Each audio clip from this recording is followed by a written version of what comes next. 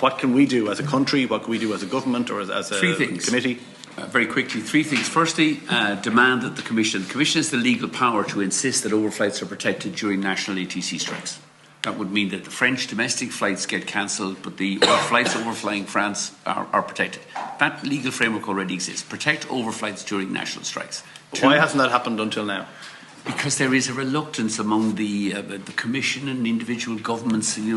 The French don't want to upset the French. The French don't want to upset the French unions, etc., etc. Our people, our citizens, our visitors are being completely screwed over, while a bunch of French air traffic controllers go on strike. And we fully respect their right to go on strike, but let the French take the hit. It shouldn't be Irish, Germans, Italians and Spanish who have not travelling to France take the hit. The second one is you separate the upper airspace from the lower airspace. Eurocontrol, we believe, should operate. But the upper airspace is about above 25,000 square feet, about 25,000 feet. That, if you're up at that height, you can go direct. There's no need to zigzag. If I want to go to, it drives me, infuriates me. If I want to go to London, I have to zigzag north of the Welsh Hills down to Bristol. And if you go to Greece, you have to go across 18 different EU countries. And you're zigzagging so they all get a fee. I want to go straight.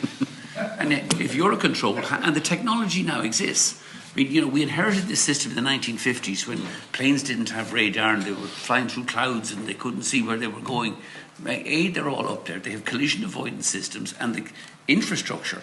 Irish ATC could run most of Europe's overflight system on its own. So we're massively overspecified. Separate the upper airspace and allow that to be run by Eurocontrol. And the third element would be simply push, although this would be impossible, abandon the single European sky. The single European sky has been one of the great European disaster movies of all time. It has been such a spectacular horror show that they've made a sequel which is called SES2, which will be equally as unsuccessful as SES1, which achieved nothing at all.